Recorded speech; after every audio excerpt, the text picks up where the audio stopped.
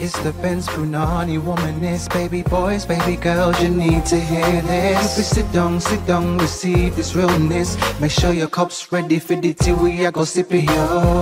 Hard time scrolling for your long shorts. You might learn something you never know. Collect you fine, and she's one of a kind. Don't say you're mine, say you're mine. Soon as I stopped worrying how the story ends, when I let go and I let God have his way, that's when things started happening. When I stopped looking at back then, when I let go and I let God have his way. You know, I wouldn't have referred to God as a he, but you know, sometimes these gospel songs, you just put your gender something, you put it to the side so you can really exercise your vocal cords. Okay. Well, I'm back once again. It is me, the baby girl Kelechi Okafor, in the place to be, and you are listening, watching SYM, officially known as Say Your Mind, unofficially known as What? That's right, suck your mum. Firstly, I want to apologize for last week. Let me tell you, because I don't know what Uranus aspects I've got going on right now or what's happening with my Mercury, right? Well, I could look, but I'm not, clearly, you could see. So last week, I set up the whole system, set up my laptop, did this, did that, connected everything. The only thing I didn't do, so I switched on my Rodecaster, so that's what I record the podcast onto. It's like this podcast recording desk, right? So I switched it on, but I didn't connect the wire from the Rodecaster to my laptop, so I could hear myself because the Rodecaster switched on, but it wasn't connected to the laptop, so it wasn't feeding the laptop any sound. So the work that Brent and Jonathan had to do in order to add in, the little sound clips that I was listening to, all of that, like they had to add that after the fact, because I went to play it back and I was just like, what? Like, why is it the only thing we hear? It's my laptop heavy breathing, and also MacBook sort it out. But like, I really had to just check it and be like, Kelechi, enough is enough. Whoever in my father's village that is interfering with my technicalities and my technicalities, I bind you in the name of all that is supreme in the celestial realms. I tie you, and that your nonsense, I tie you to a tree and leave you there. Every other week, there is something with me and technology. What the hell? But then again, I've got an Aquarius 11th house, right? And so Aquarius rules technology, innovations, because it's ruled by Uranus and large groups of people and community or whatever. But because it's ruled by Uranus, there's just like disruptions, like sudden disruptions and all of that. But I'm just making excuses. I'm going to say I need to do better, but at the same time, I have to show compassion to myself. Like, I do a lot. So I feel like in the midst of juggling Lev, work, the rollout of Edge of Here, my upcoming short story collection, the live show that I'm meant to be doing, for the launch of the book, all of these things and just general life. And I've got other deadlines to meet as well. I keep telling you about the novel that I need to write. All of these things. And a baby girl is exhausted. Like, let's keep it buck. Like, I am exhausted. And this week, let me tell you, baby girls, baby boys, baby non-binaries, this week has been a madness. My tummy, and I don't know if you remember a few episodes ago, I literally said it. I said, when I'm stressed, where the stress seems to culminate is either in my bowels or my shoulders. So I'll start getting like stomach pain, all of that stuff, but not like major, but just like, ugh. This week, nah. When I say you, explosive diarrhea. I'm going to say it because not enough people say the things that they need to say. Out of nowhere, for days on end. Like, who have I wronged? My enemies are after me. Who have I wronged? Olodumare, please deal with them. Let your daughter thrive in this life. All the people that I've cursed and I've said, thunder, fire in your yash, thunder, fire in your yash. Imagine now the thunder redirected. The thunder got broadband and found its way to my own yash. I rebuke it. I rebuke it. But no, on another, less hilarious tip, it's just been a lot. I feel like, for not saying too much because, how different people's and countries' legislations be. Let's say that somebody was microdosing mushrooms, right? Let's say. Now, the thing is, mushrooms, in terms of psilocybin, it's so intelligent that it will draw, you might be like, oh, what I want to get out of this experience is rare, rare, rare. But it's in your system, it won't give you what you want, it'll give you what you need. And I was literally saying, oh, my bowels, I hold tension in my bowels. So now let's say that somebody was microdosing in that way, then guess where it's going to go and release that tension? So I was going up and down going, I've got food poisoning. I've got food poisoning. God, I rebuke it. I rebuke it. I rebuke it. But also, Soho House, can you just like cook your eggs all the way through? Like, I don't know why restaurants generally just struggle with like, just cook the eggs the way that people want their eggs. But I'm not saying that that's the case. I'm just saying like by the by. Anyway, clearly there's just a lot of tension, right? And it reminded me of the ayahuasca ceremonies that I did, where a lot of my time was spent crying for different reasons, crying out of gratitude, crying out of decades long of sorrow, just crying. But it's what I needed to do. Other people who experience ayahuasca, they're laughing a lot of the time. So our bodies are so intelligent. And that's why in human design, it says pay attention to what your body's saying, not necessarily what your mind is saying, because your mind is so easily conditioned by the society that we find ourselves in. We see it play out all the time on social media, how groupthink works and how you can know in your heart of hearts that this is your view on something, but then you see the way that everybody else is talking about something and you're like, oh, maybe I need to go and join them. Like, let me go and put my own mouth there as well. Well, I don't tend to roll like that. If I find that the majority of people are saying something that I don't agree with, I'd rather just stay quiet, because all you will now come and do is they'll now start wanting to beat your head because you don't agree with what they've said. So I'd rather just look and be like, I don't agree, because more time, sooner rather than later, my initial view is what then comes round. But I say all of that to say, like, our bodies are magnets towards our destiny, right? So our bodies remember the way. And so we just have to let our bodies lead the way in that regard. But I'm, again, talking about that very loosely, because sometimes bodies have reactions, and like I'm just starting thinking about other things in terms of trigger warning, assault and stuff, when people are like, oh, why you keep saying no but your body's saying yes? Like, no, I'm not talking about them sort of things. I'm just talking about with us as individuals, with our own bodies and ourselves. But yeah, and I was drinking reishi mushroom tea, chaga, and cordyceps. And I think, like, as somebody that doesn't tend to have mushrooms generally, like just any type of mushroom really, it's not really in my diet like that.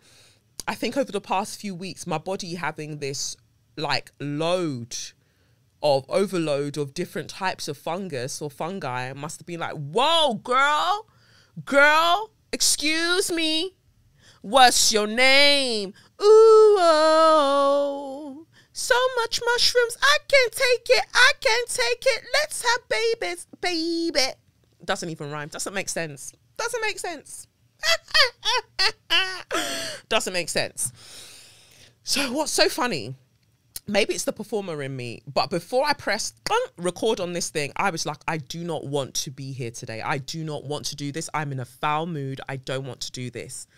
But again, I think that that's what's so beautiful about this journey, you know, that I've been on so far this year with plant medicine, that like, even when I know that I'm upset or I should be upset or am upset about something, it doesn't go all the way into my body. Whereas before it would like enter my body completely. Whereas now I'm just like, oh, that I don't like that, so I'm not going to be around it. Like, people are so surprised by me, because people that I would have cast their blood clot out in January, now I'm just like, I'll just say, oh, I don't have anything to say right now. I'm processing things. Thanks so much. And I'm still able to, basically, it's weird. I'm able to compassionately compartmentalize different things that are happening and not tie my emotions to the things.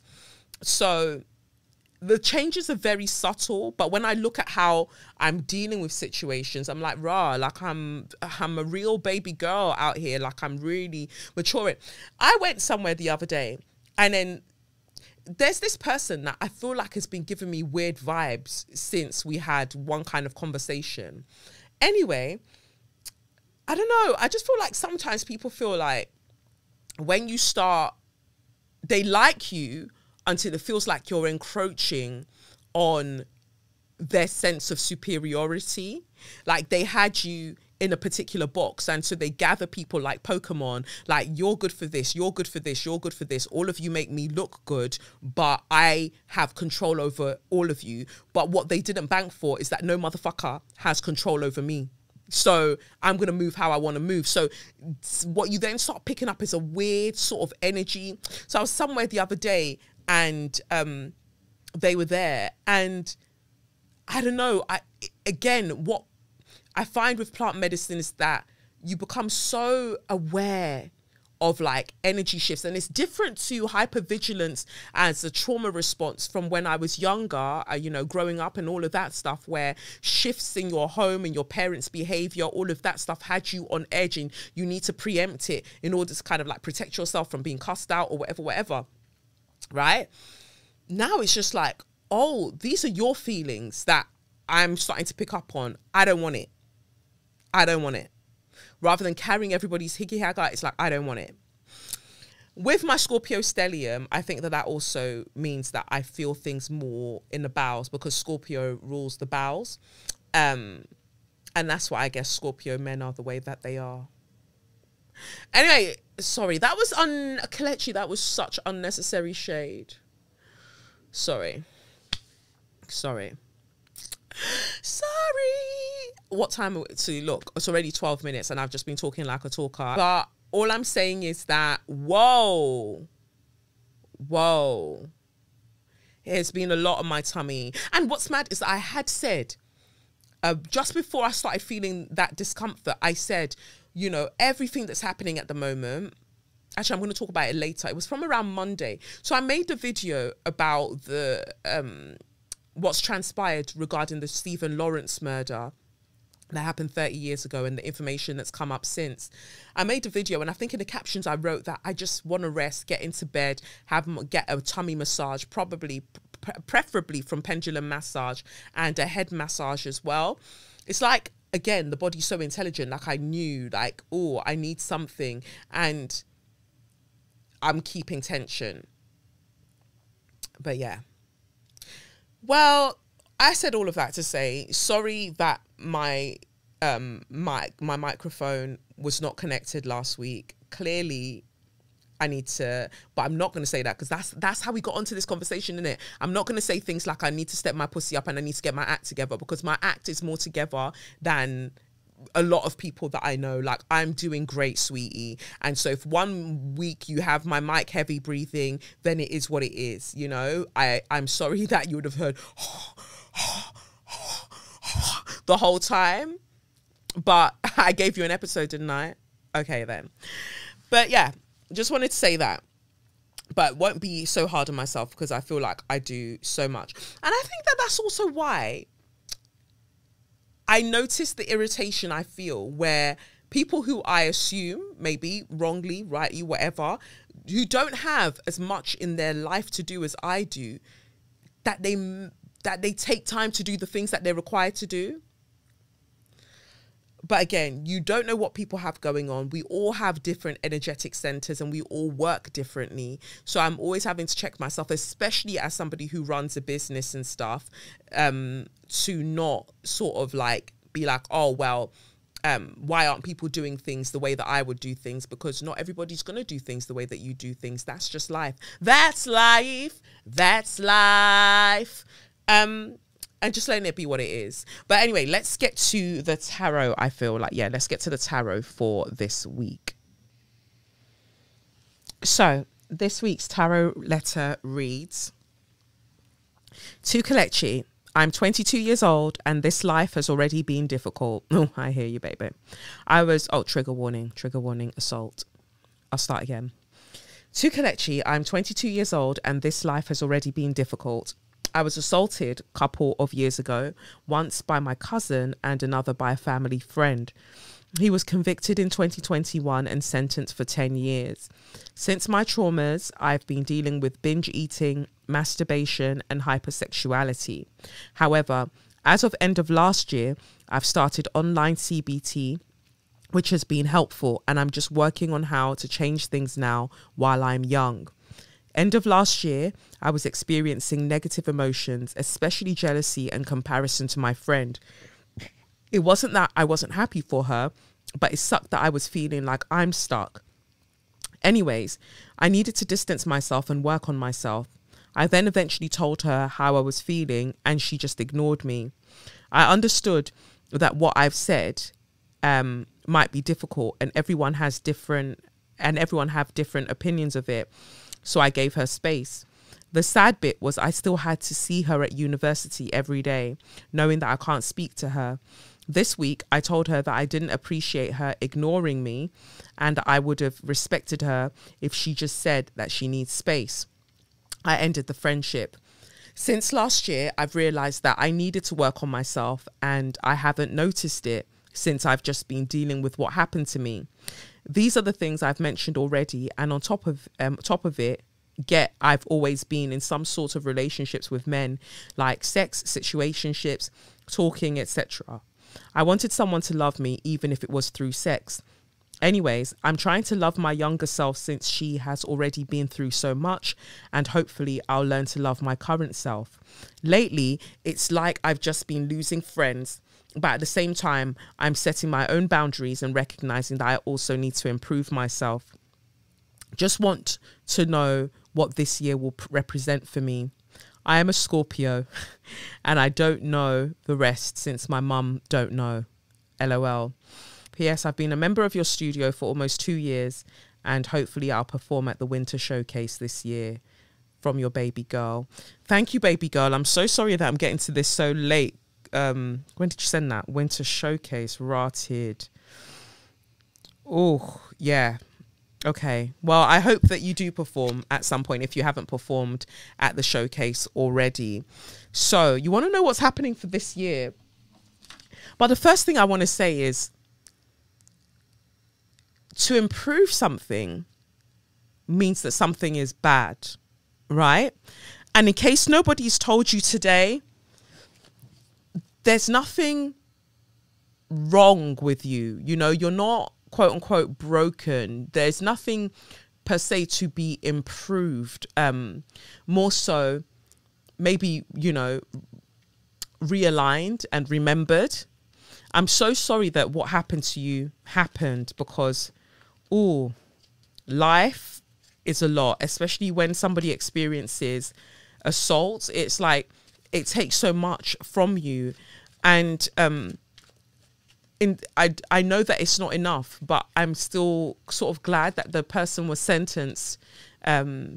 I know that we talk about prison systems and abolishing them. And, you know, I'm always honest about the fact that I'm very conflicted, especially when it comes to cases of assault. I know that people will explain that like, oh, we just need to have a community focused way of dealing with these things. And at the same time, I'm like, but respectfully, fuck them, you know? No. But that comes from a personal wounding as well, you know?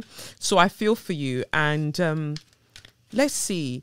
I appreciate that every point you're saying, you know, I am working on myself. And I actually think that it is a good thing that you come to the studio to do pole dance, because when you talk about, you know, the masturbation, the hypersexuality, all of those things, they can result from trauma, right? Especially sexual trauma. I've experienced similar in the past, and I had to really sit down and, you know, let's go through therapy, of course, and show myself a lot of compassion, because essentially we become the wound, you know.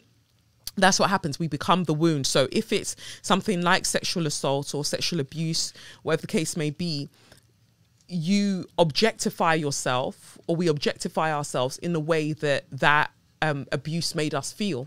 So you kind of distance yourself from your body, and then your body merely becomes this tool or this device in order to either acquire power, acquire affection or validation, simply just to be seen, and hoping that by replicating the act in some way and trying to tap into that energy in some way, you can free yourself of the parts of that energy that just feel so confining. And it's tough. You know, it's very, very tough. And I feel like it is a lifelong journey. And I rate you for being 22 and getting started on wanting to work on things in this way.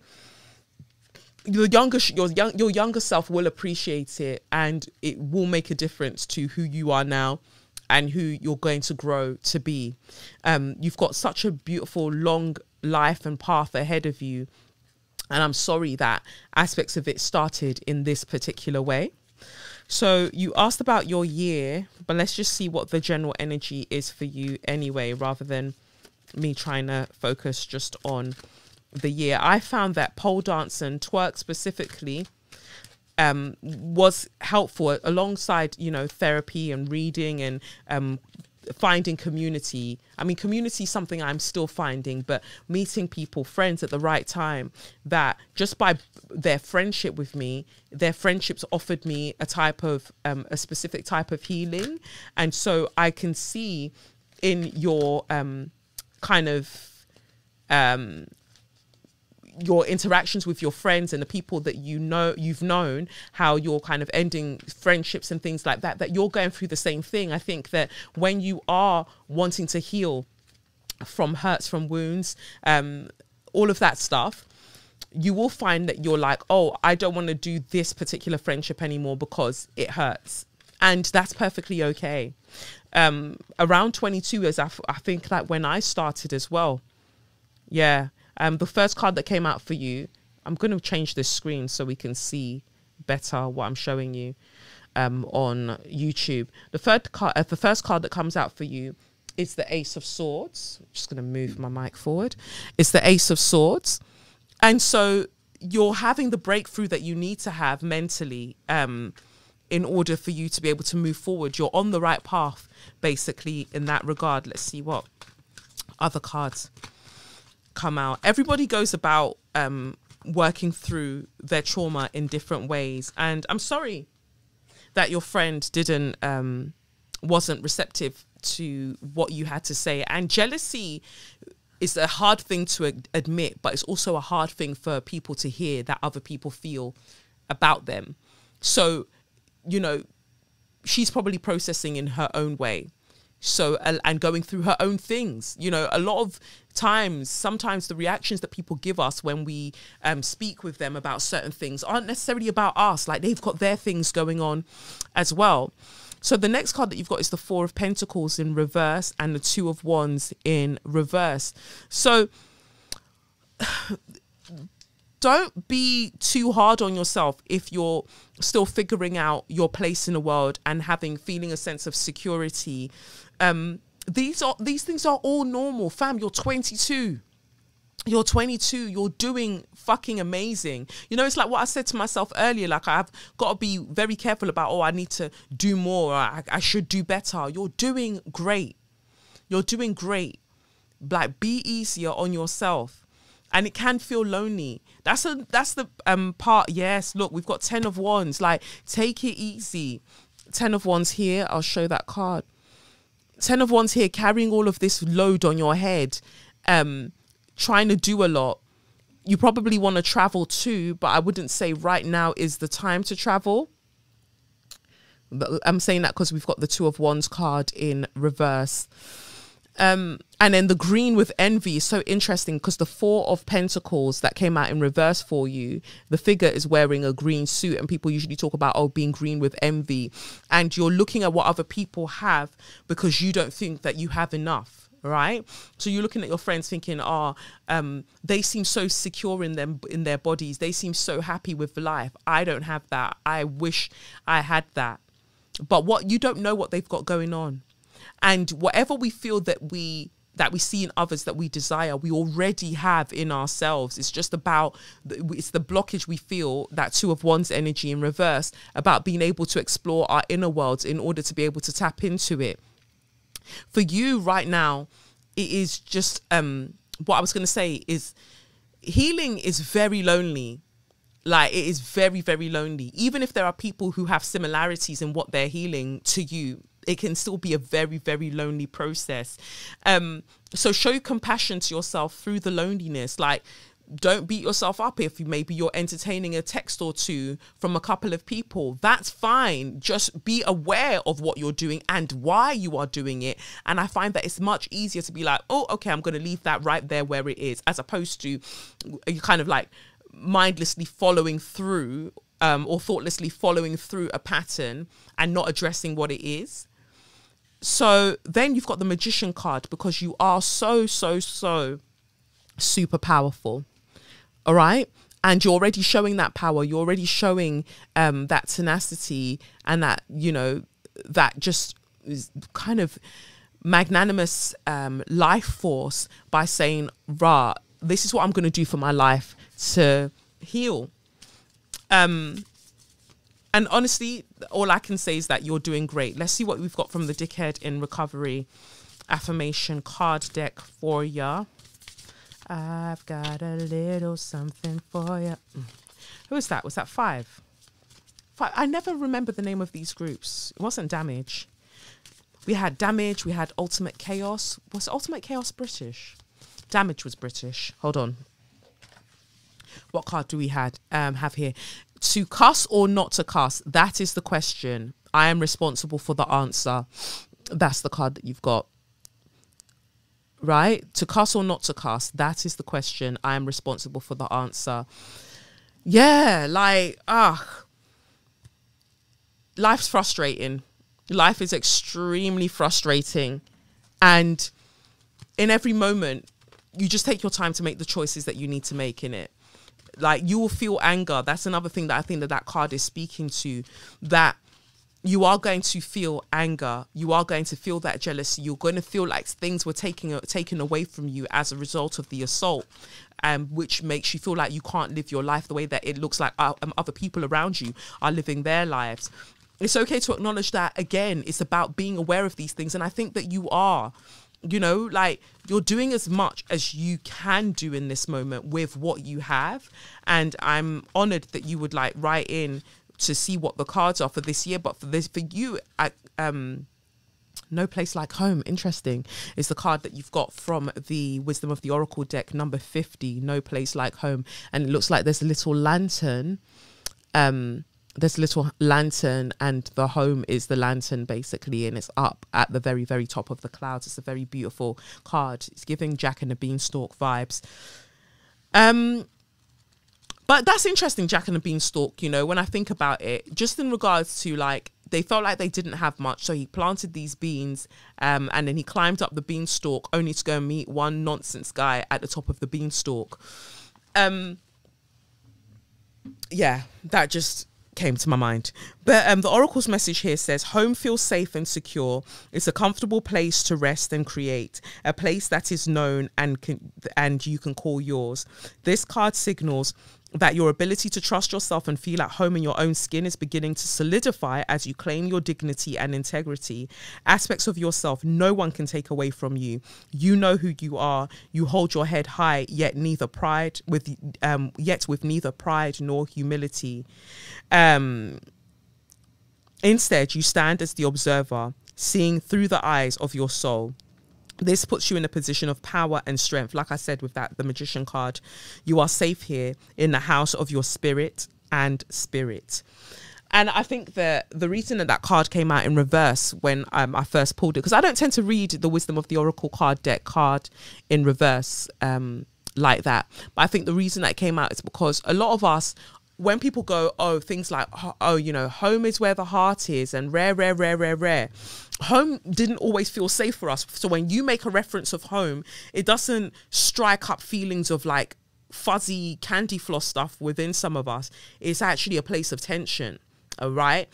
And so what we've then had to do over time is cultivate the home within ourselves, which I think we all have to do at some point. But some people have the benefit, the privilege, the blessing of also having a physical home that's felt that way from childhood, but some of us have not.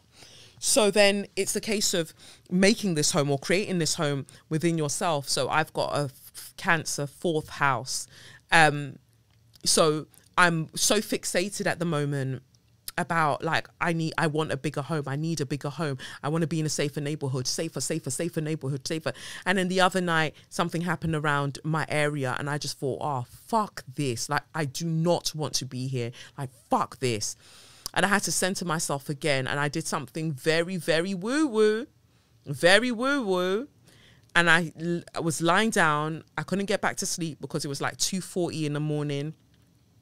I was lying down. I put my hand on my chest and I put one hand out towards the direction of the kind of like the area, the neighborhood. And I just tried to imagine like beautiful golden light.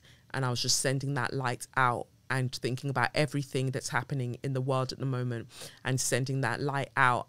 And because that's all I felt like I could do in that moment. And yet it felt like enough, you know, because right now I can't change the living condition. I'm building a freaking, you know, amazing children's home and resource center in Nigeria. I've got so many things that I'm responsible for.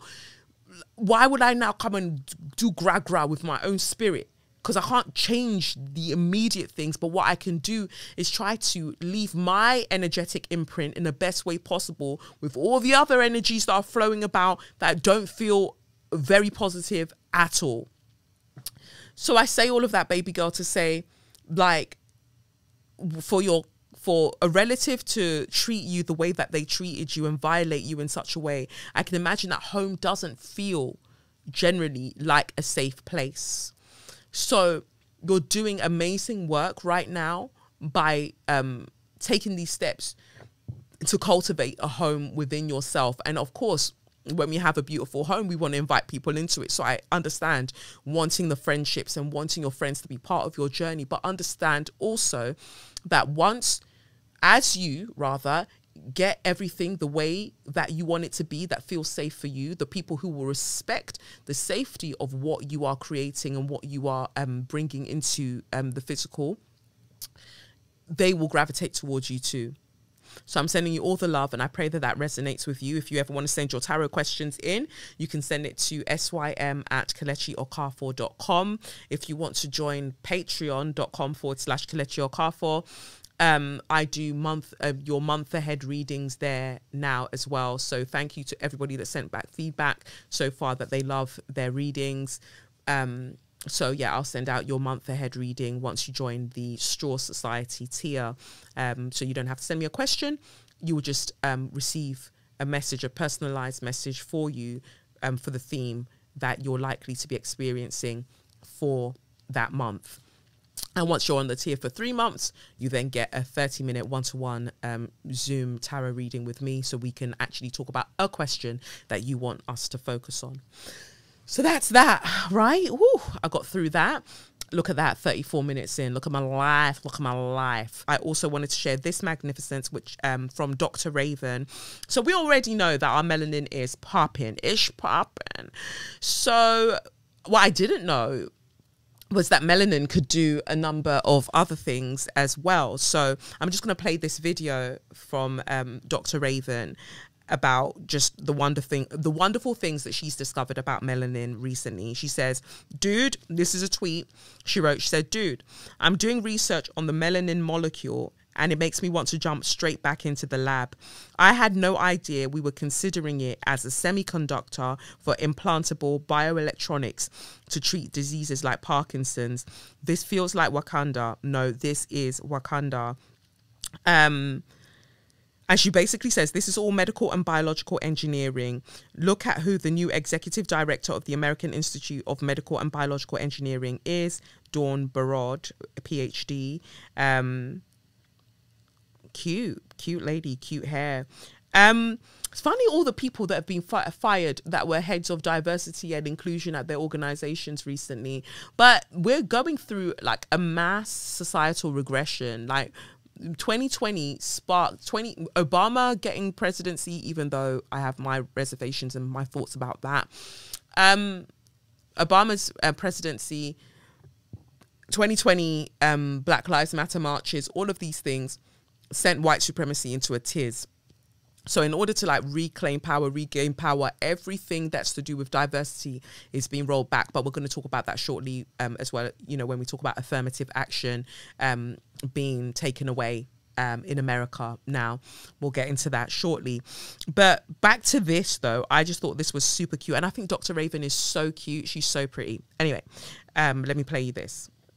It's Dr. Raven. I was doing research on the melanin molecule. Found out that researchers are exploring it as a semiconductor for implantable bioelectronics to treat diseases like Parkinson's. My mind was blown. This is Wakanda. And so let me explain to you what this all means. It sounds like a lot, but it's actually really cool. Electricity is all about the flow of electrons, which are these teeny tiny charged particles. These charged particles move through a material called a conductor. Conductors, like metals, let electrons move freely, while insulators like rubber or plastic stop electron flow. Melanin, it's not just a pigment that gives us our skin, hair color, eye color. It's actually a complex molecule with unique properties that researchers are discovering could revolutionize the field of bioelectronics. It's super cool. Bioelectronics are a class of medical devices that use electrical signals to interact with our body's biological system. These devices often involve advanced materials like semiconductors or biocompatible materials to help electronic components communicate with living tissues.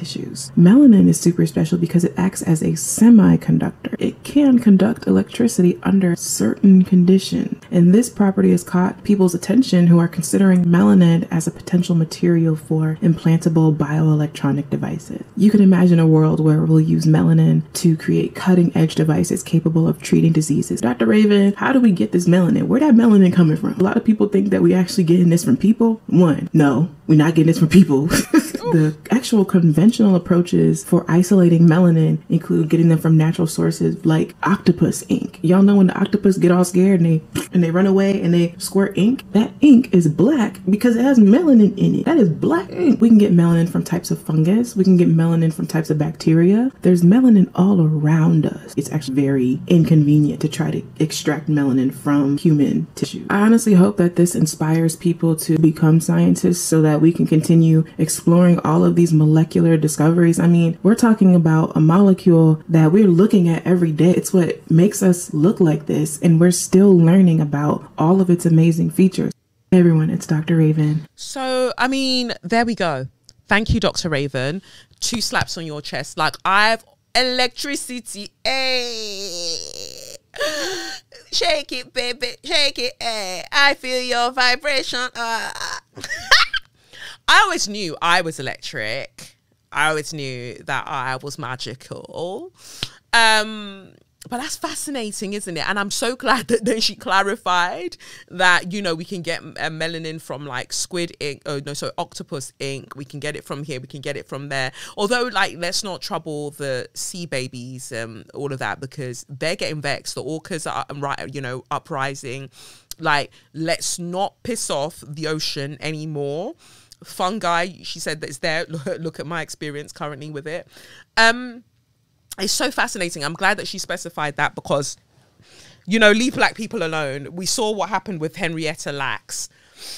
It's so fascinating what black people are able to, like, contribute to science. I just wish that it happened without us being tortured in the process.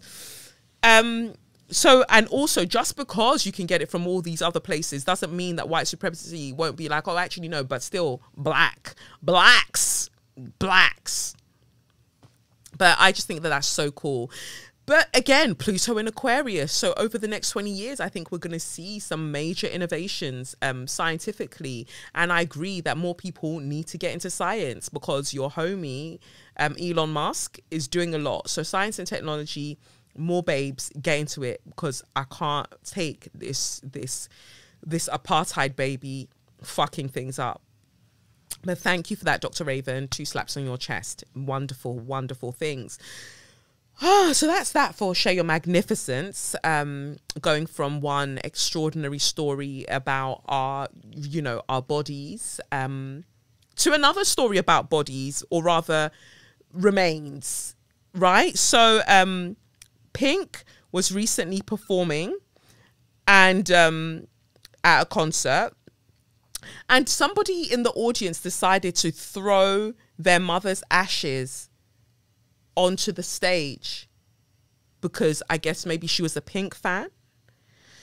Let's see what, I don't know if we will even be able to really hear what she says, but I'm gonna try and play it.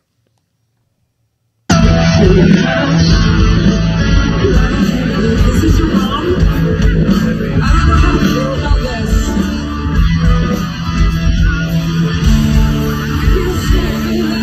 I don't know how I feel about this. You lot are weird.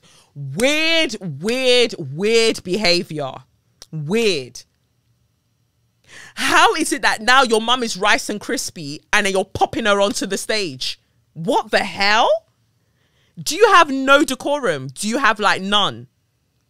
Because I'm sorry, this is why maybe I wasn't built to be a pop star, because you're going to throw your mother's ashes on the stage at me because she wanted to. Oh, Lord. What white nonsense is this? Lord. The people who aren't washing legs are doing wild things again. They're doing wild things again. Your mum dies, your mum gets cremated. And then you go, oh, my mum's always loved Pink. And then while she's singing, can't stay on your last floor because I'm making me. I'm trying to and I'm in a little bitch. I think I get out of here where I can run just as fast as I can to the middle of nowhere. Her mouth is open when she's singing that. To the middle of my frustrated fears and or is it my frustrated tears? Her mouth is open. And just like a pill, and then the your mum's ashes just went right into the back of her throat. Instead of making me better, you keep making me ill. I don't even know if ashes can make you ill, but that is wild behavior. Don't do that. Don't do that. That is very, very, that's weird. Don't do that. Woo! Woo! I don't know. Pink, I hope you're all right, because whew. Going from Pink doing her performance to another performer. If I tell you, say I love you, oh. Davido, what's going on? What is going on? I don't try to be too into anybody's business, but Davido, my only critique so far of him has been that song, one of his first songs, where he's just not saying anything. He's just not. The name's gone out of my head now, but yeah, he just wasn't. He was just mumbling, and I just thought it was very odd. Like, but then I think his career has developed since, and he's found better lyricists since. Whatever. Anyway, a lady called Anita Brown jumped upon the internet to say that again. I think maybe trigger warning's good at this point as well. That, you know, she's been dating Davido, the Afrobeats artist, for a very long time. 1 minute she claimed that she didn't know that he was married to Chioma, but then next minute she was just like, oh, Chioma, who's his wife, knew about her. Remembering that Davido, a little while ago, lost his son. His son died. I think his son drowned. I think I could be wrong. But yeah, so there's that tragedy. But this lady, Anita, comes online to say that she's pregnant for Davido and that he's aware because they've been knocking bomb for a while. And he told her that she should essentially abort the baby because, you know, he's married and, you know, he's going through a lot with the loss of his son, and, you know, he just can't be dealing with all of that. She aired him out. And meanwhile, he was there performing at Afro Nation. Why do you lot put yourself in these positions? Because it's not fair on the women that you marry that's just minding their business. Kind of like Two-Face Idibia and Annie, his wife.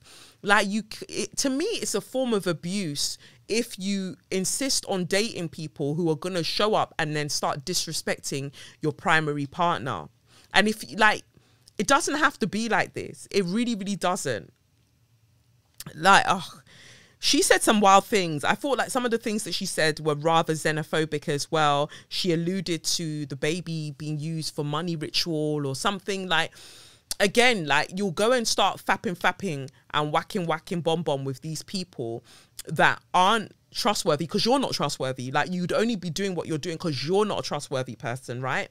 But you're giving them information that then they can twist any which way and put out there into the world that seriously mars your character, but also affects, that's my main concern, affects your partner who had no part in any of the fuckery that you're doing.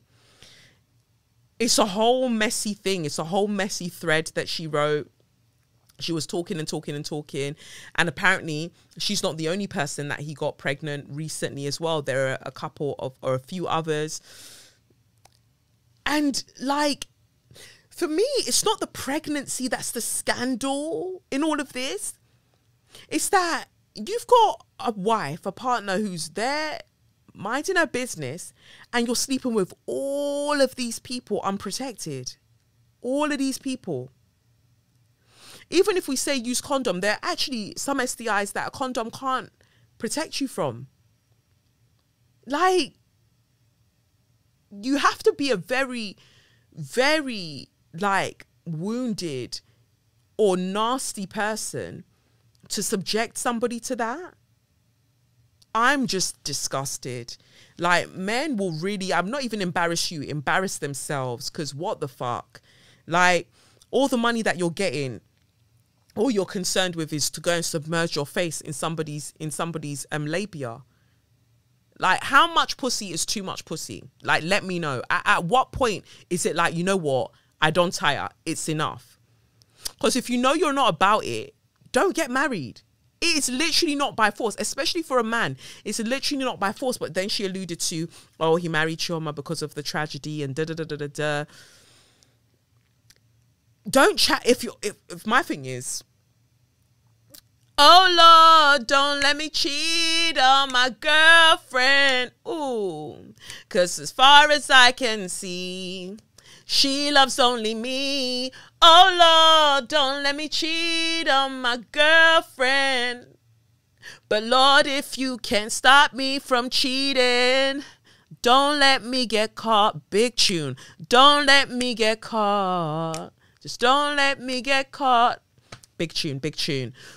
Have some decorum. I keep saying it. Like, if that is the path, if you say that that is your wayward ministry, don't tell these people things about your partner that, if it were to come out, will put your partner in such a humiliating space. It's already humiliating already that, he's been cheating, he's been moving wild. But then they have information, or they can purport to have information about them that's rather intimate and that could have only come from you. That is when you're sloppy. That is when you're ridiculous and you're disgusting. I mean, you were ridiculous and disgusting, and so for so many reasons. But for that, sharing their intimate details, you're raggedy. You are absolutely raggedy. Yeah. I wish I could remember the song, because I really... Emma Bami Duro. That's it. Emi Omo Baba Lowo. Anyone fed Dami Duro. Emma Dami Duro. I don't know what I said the first time. Emma Dami Duro, don't stop me. Emi Omo Baba Lowo. I'm a son of a very, very wealthy man. And you come into that song and you go,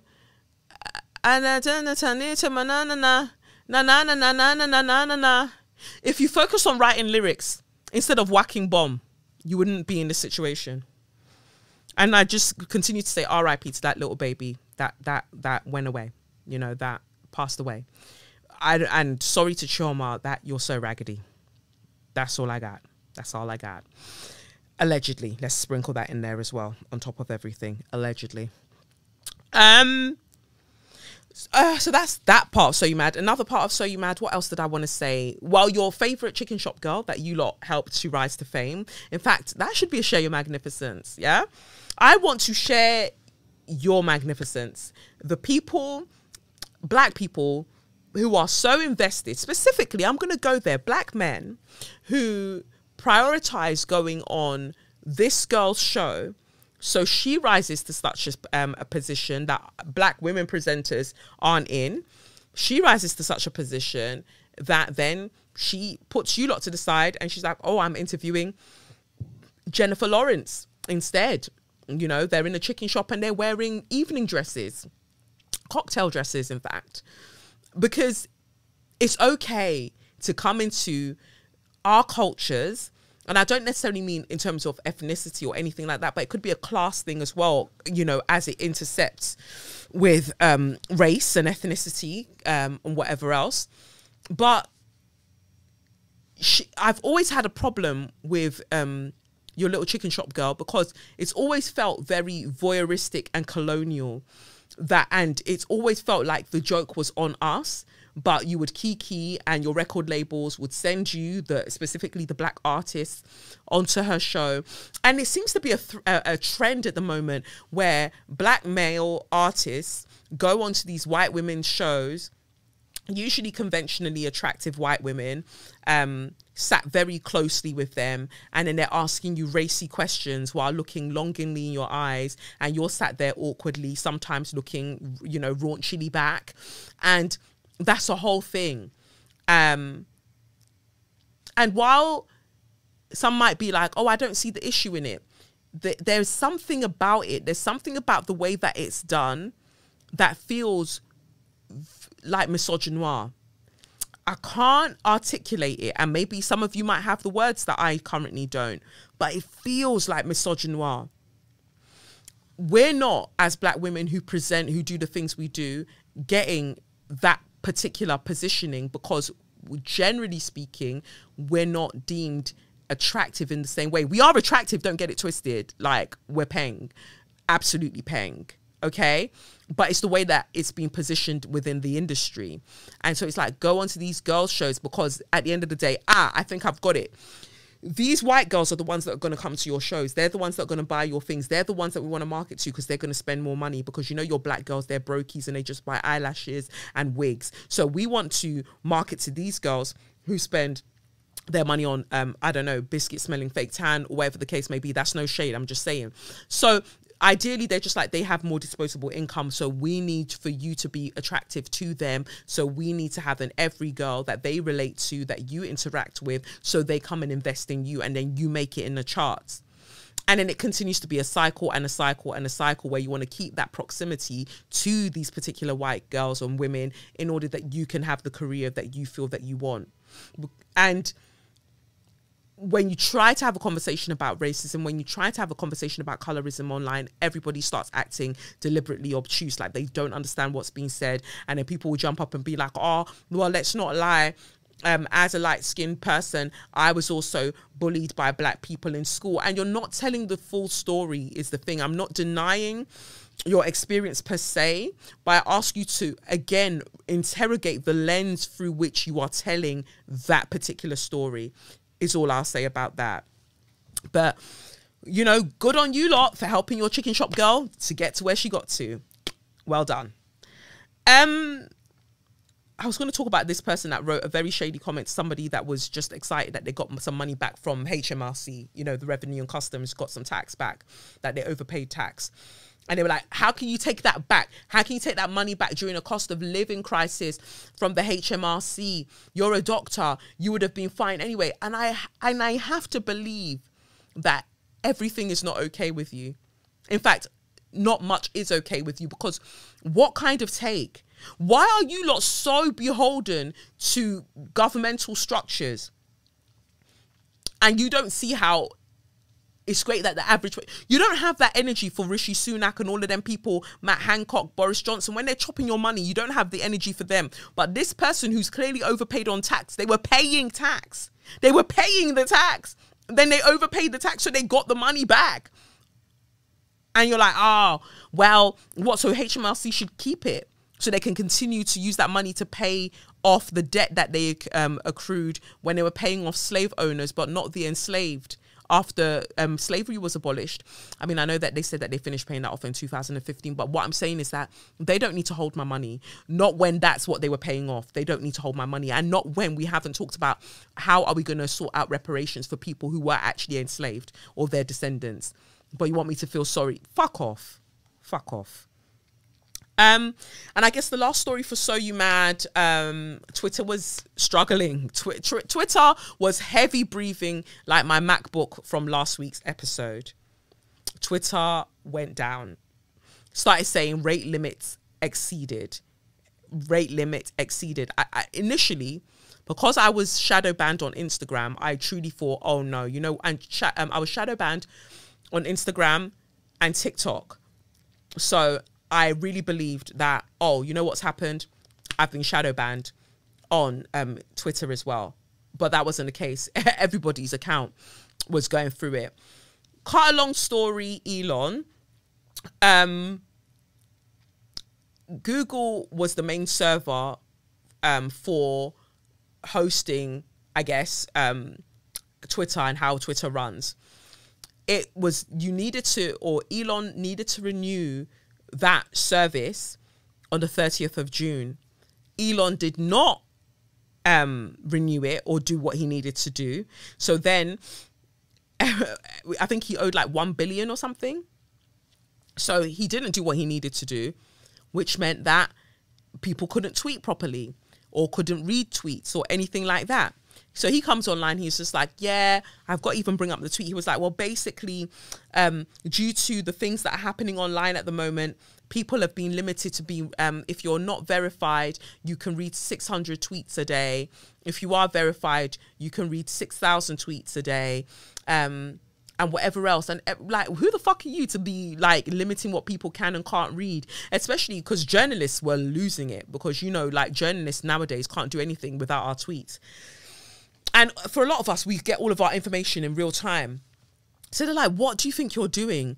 Then Jack, who was one of the founders or the founder of Twitter, jumps online, or was his CEO, whatever, comes online, and he was like, oh, he just posts a picture of grass, because obviously people had been insulting him, like, look what you've done by selling it to this silly motherfucker.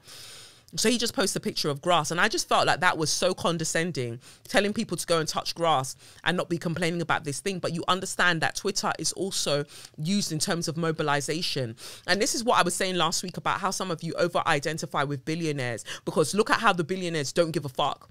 They literally don't give a fuck about how you use the site, because they're still getting the money. You know, Jack got his money, got paid off. He's out doing whatever he's doing with cryptocurrency.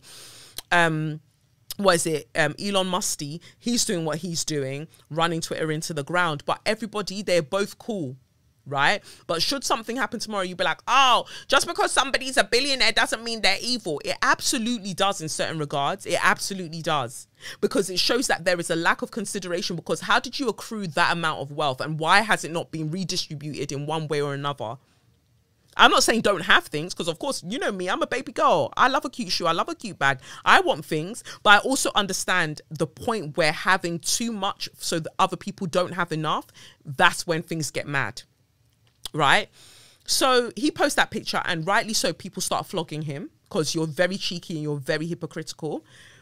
Elon is there saying, oh, well, you know, we've now upped the limit to 1,000, and then these lot have 10,000. It was just bullshit. Basically, he hadn't migrated the servers. He hasn't done what he needed to do. So everything was struggling, and he was trying to buy it, and he was trying to save face, basically.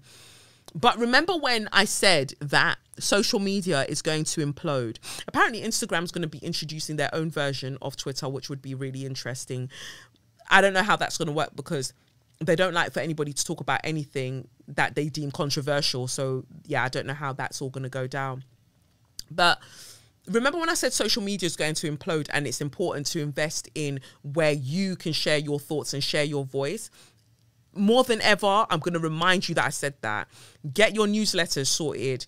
Get your website sorted. Your whatever the case may be, get your thing sorted, because this is going to continue. And in fact, it's going to get to a point where our private information, then there's a leak and then there's a problem here and there's a problem there. So it's actually not even safe for you to have your actual identity online. Then they took the blue tick. I ain't tried to get the blue tick back. It is what it is. Like, I'm verified by the Most High. I'm not verified by some pussy clout apartheid baby where his family has emerald mines and they've thrived on the subjugation of black people. I'm okay.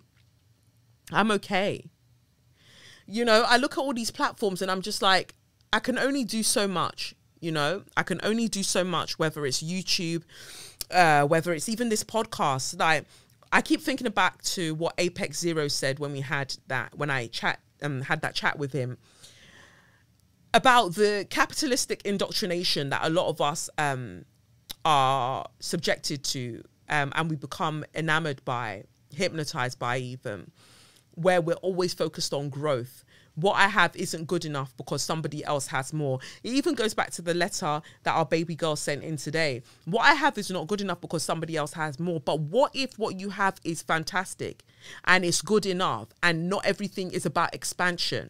Not everything is about more and more and more. Like, let things develop as they will, but also maintain and sustain what you have. Sustainability is a buzzword that greenwashing corporations love to use. But I think in our day-to-day lives, we don't consider sustainability enough. And so I had to check myself and be like, you know, because that was one of the reasons I was coming in today. I was in this headspace that I quickly moved out of, but I was aware that I was in that headspace, or in that sort of mode of thinking where I was just like, what the fuck is even the point of doing all of this?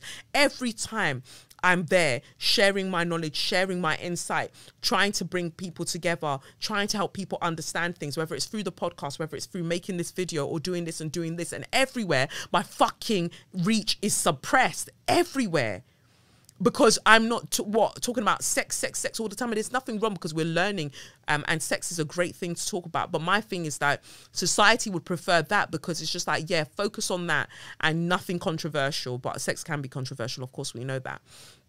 But, or even if it's not sex, like, or I'm not talking about football, but even if you talk about football in a particular way, you're going to be suppressed there as well. The moment you start using whichever mode of or of interest that you have to critique white supremacy, everything luck off. And that's what it feels like.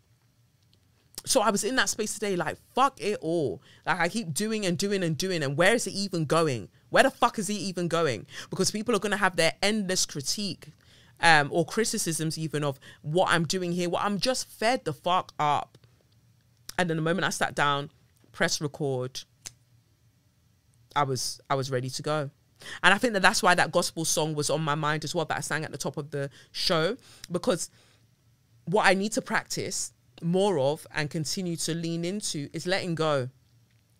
I can only do what I feel I'm called to do and what speaks to my heart, what speaks to my soul. I do that. However people receive it, when they receive it, is up to them. But in this life, like, I must chop enjoyment small. I must chop enjoyment. I must. And that enjoyment doesn't come by stressing about, well, why did they restrict my views here? Why did they do this and why did they do that? Fuck all of that. I've done as much as I can do. You know, I'm not stressing about book sales. I'm not stressing about ticket sales for the live show. Fuck it all. I've done everything I'm meant to do. Like, I've done that. I've showed up. It's time for life to do what life does. It's that simple. So I hope that that kind of resonates with people, because you know I went off on a tangent, baby. You know I went off on that tangent. Now to my straw. Surprise, surprise. Surprise, surprise. It's the Metropolitan Police. Surprise, surprise. I know. It's wild. It's wild. It's like, what? Really? Kelechi? Oh my God. Why the Metropolitan Police? Well, I'll tell you why.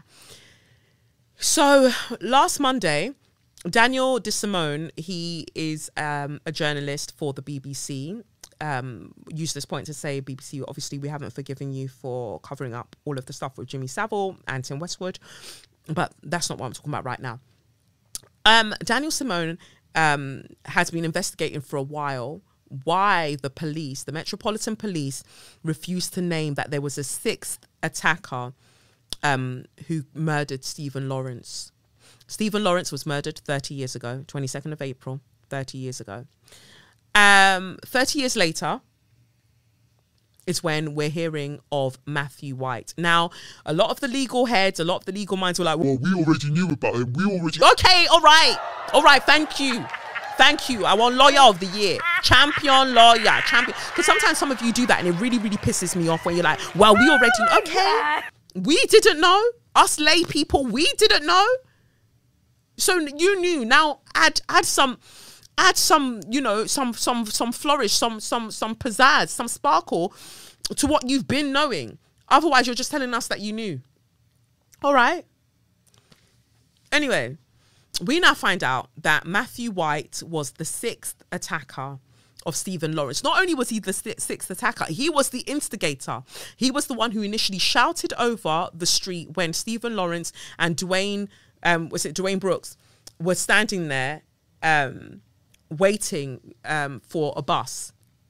Shouted over, and then the other five ran over and they began to beat Stephen Lawrence. Dwayne ran, beat Stephen, and then stabbed him to death.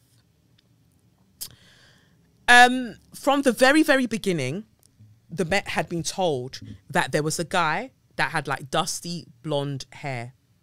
White guy, dusty blonde hair. It was described numerous times. For some reason, they didn't follow up on him specifically. We're now being told his name because obviously Daniel DeSimone, the journalist, did the investigations, and he was just like, these are all the ways, these are all the times that you've buried information about this guy specifically, or you've not followed a lead about this guy specifically. Why? Anyway, we now know of him, but what's the point when he died in 2021 at the age of 50, a heroin addict from what I read? You are the reason, you are the primary reason Stephen Lawrence is not with us today. You're the primary reason that Stephen Lawrence isn't out here being an architect. You bitch. I hope that whatever dimension that you end up in, that you're ripped to shreds for eternity. That they just continually rip you to shreds for eternity, you evil, nasty bitch. And to all the police officers that helped to keep him out on the road, right? It will never, ever, ever, ever, ever be well with you either. What's his name? Clive, what's his name? Let me bring it up. Because Clive Driscoll, that's it. It's back in my head. Clive Driscoll was the detective. You know, they do their chief superintendent, I don't know, what are them titles that he's got. He was the main police officer that managed to get two of Stephen Lawrence's murderers convicted. He wanted to go out after the rest because the judge said that he should, and he was even interested in Matthew White. In fact, the Met Police is so fucked up that they had Matthew White initially listed as a witness as opposed to a suspect. The same thing that they did with Chris when they murdered Chris Cabba, and they had the police officers down as witnesses. How can you be a witness when you lot fired the shot and killed the man? But they had Chris Cabba, the police officers that shot Chris Cabba, they had them down as witnesses as opposed to like suspects. No, you're suspects. Because you can't still explain to us how you came about doing what you did to Chris Cabba. And where's his Rolex watch? But anyway, back to Stephen Lawrence.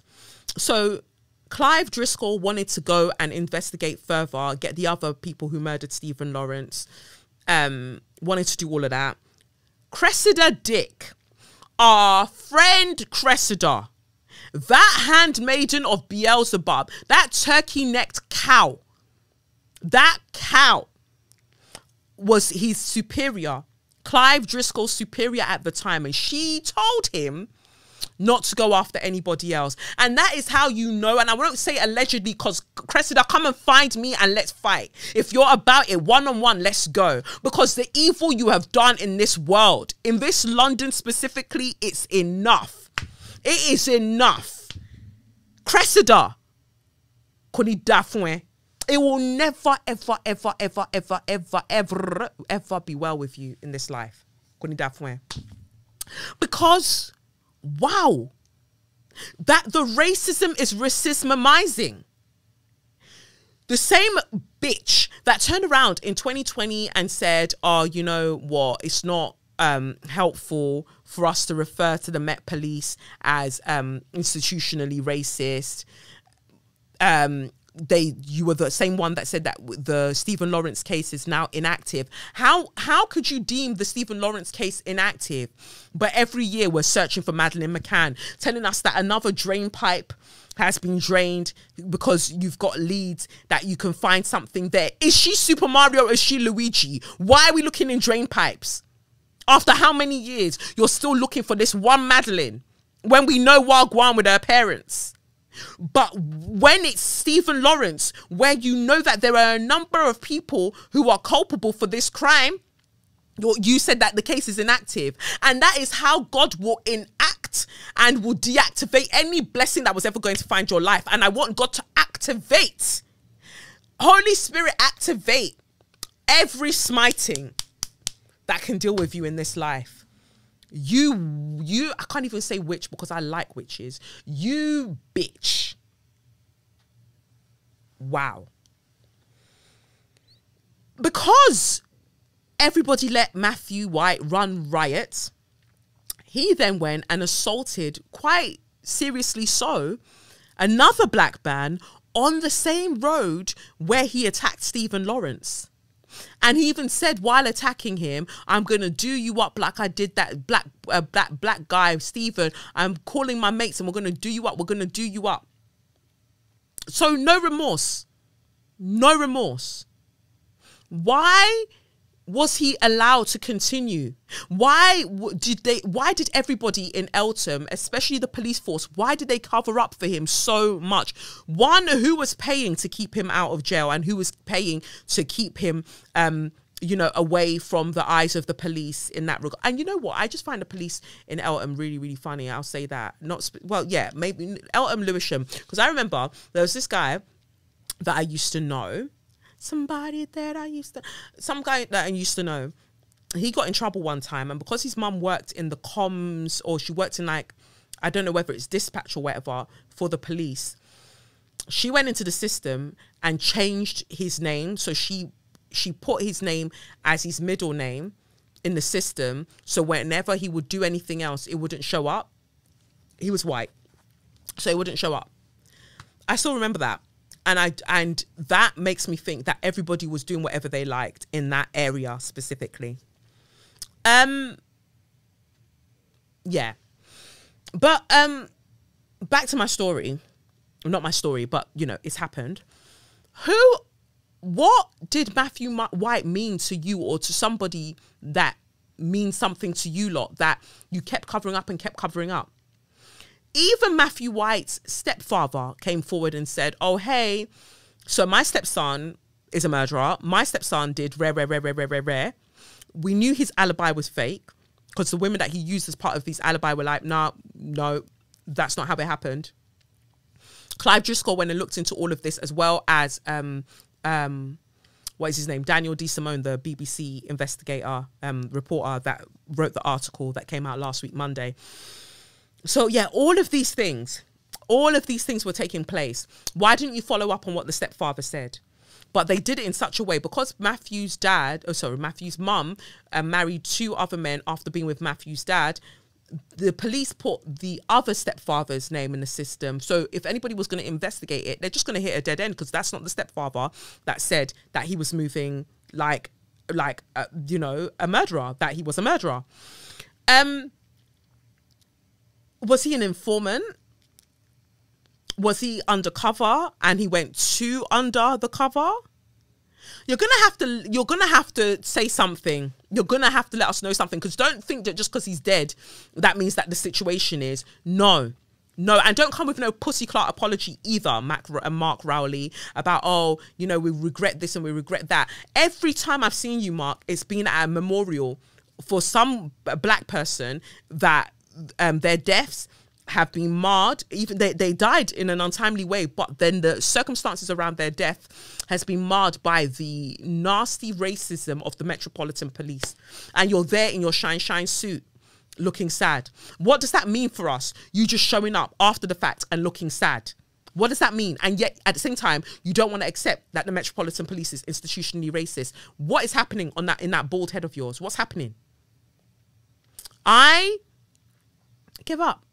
I give up, because I feel like I talk, and I don't even know where the talking is going to. In fact, I've really talked today. My final one is to the French police. Fuck you, Emmanuel Macron. In case you don't know, Nahil Merzouk is a French Algerian 17-year-old young man who was killed at point blank range by French police. He was a delivery driver, and they did this traffic stop that they've done to a lot of black and Arab people in France that usually ends up in them killing the black or Arab people. It's extremely Islamophobic in France. It's extremely racist in France, and it's just on another level. And so for the past few days, there have been riots all around France because of the murder of Nahil. This isn't the first time on the show that I've talked about French police moving wild and just being horrendous. I think that anywhere in the world that you look at policing, because of how policing came about, you're always going to find that it's going to be anti anybody who's not upper class white. Anybody that doesn't, and white and male specifically, you're going to find that it's very anti them, but specifically anti-black, specifically so. But I talked about Justice Porteo when Theo was assaulted very, very horribly by the French police. He was 22 at the time, and that was in 2017. And then now with Nahil, shot him at point blank range. He died from gunshot wounds to the chest. And initially, when they didn't realize that there were videos that would tell otherwise, the police said that they did so because he threatened to run them over with his car. But what it shows, he was actually trying to leave. He was trying to go away from them. He wasn't trying to go towards them. And a police officer shouted, "I'm going to shoot you in the head," and then proceeded to do so. So proved them to be liars again. Nahil's mother was like, yeah, we've got to get justice for my baby. We riot. And there's a video of her revving a motorcycle during the riot. And people, one publication was like, oh, look at what his mum's doing instead of calming the situation down. She doesn't owe you calming the situation down. You as the state killed her son. She doesn't owe you anything. She doesn't owe you calming people down. She doesn't owe you forgiveness. She doesn't owe you anything. Because let's look at all the other mothers where you as the police have done badly by their children. Whether you've killed them directly or you haven't been there to support them when their children have been killed. Like, they give you the forgiveness and you give them sweet fuck all. You still can't even tell them the truth. So why should she? And also, I'm very aware that she, as she's, I want to say white appearing woman, very, very light skinned if we're going to go with that. But as a North African, very, I guess, light skinned woman, if we're going to call it that, I don't know what we want to call it. But because of her proximity to whiteness, she can do all of that. A darker skinned mother could not show that sort of rage. She couldn't. So even within how we get to show rage when our families, when our babies, whatever the case may be, the people in our community are snatched away from us, even colorism plays a role in that. So when you light-skinned people try to pretend that you don't understand, I don't understand, fuck you. Fuck you and your stupid fucking lies. Behave yourselves and get yourselves the fuck together. Wow. I didn't know I had this much to say. rest in peace, Nahil. Fuck you, Emmanuel Macron, for turning around and saying that the reason that the riots are happening is because people play too many video games. First of all, that's an actual fallacy, because video games, these violent video games, as you claim, research has shown that they actually lower people going to express violence outside. 1. 2, don't try to move away from what the issue is. The issue is white supremacy. The issue is the rampant racism, xenophobia, Islamophobia that continues to run riot across France, across Europe, to be honest, across the West. That's the issue. You're telling people to calm down when your police force have continued to kill people of this specific demographic. Why should they be calm when their lives are in danger? Go and speak to your mother wife about all of this stuff and get out of that position. But I'm saying get out of that position. It's only worse that will come and replace you, to be honest, because France is a cesspit. But another point that I have to make, look at all this bass in my voice, but you know, this only comes out when I feel really passionate about something. All of you people who attended the Louis Vuitton show, you've been attending all of these fashion bits and doodly-darly all around France, yet you have said pim. You haven't said pim about this situation. Why? All you know is enjoyment. But you fail to understand that your enjoyment will cease if you do not address the things that are happening in our society. You can't continue with escapism forever. And you better get on side and let people know which side you're on, and very quickly, lest you be bundled with the rest of them that are going to get flogged. It's mad. I feel like I've said a lot. Yeah. You know all the things I require you to do. Like I said, I'm fucking over it. Do it, don't do it. That's your personal problem. Have a great week. All right? I've been Kelechi Okafor. This has been SYM, officially known as Say Your Mind, unofficially known as What? That's right, suck your mum. I'm out. Bye. It's the Benz Punani womanist, baby boys, baby girls, you need to hear this. If you sit down, receive this realness. Make sure your cup's ready for the tea, we are go sip it, yo.